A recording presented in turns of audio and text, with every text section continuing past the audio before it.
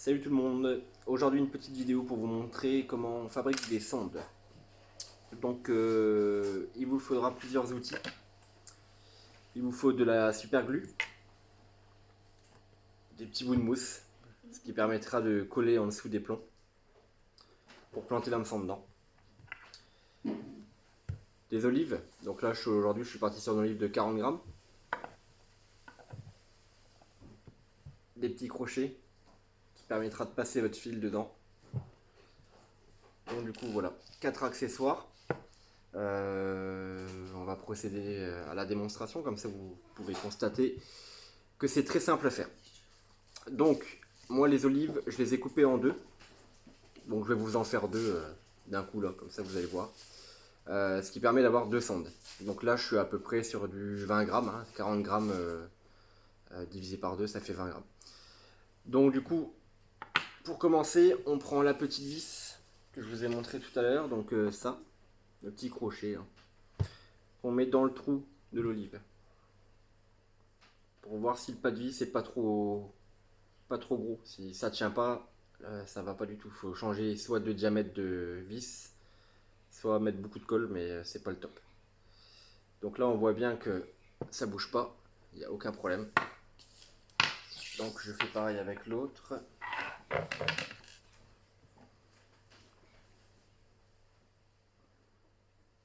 Ça a l'air d'aller. Là tout à l'heure j'en avais une autre, là on voit bien le trou est beaucoup plus gros. Ça va pas. Donc il faudra que je trouve une vis un peu plus grosse en diamètre. Donc là c'est parfait aussi. Donc là on a bien nos deux sondes. Ensuite, si vous faites ça sur une planche en bois ou votre atelier, c'est pas trop grave s'il y a de la colle. Si vous faites ça sur votre table de salon, il vaut mieux mettre un petit papier. Donc on met une petite goutte de glu.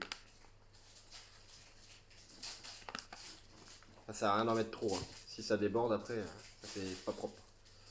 Et vous me collez votre petit bout de mousse dessus.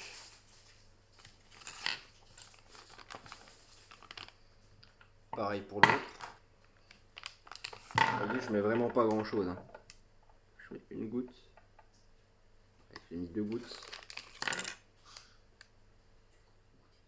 Vous voyez, il n'y a vraiment pas grand chose. Et vous collez la mousse dessus. Tac.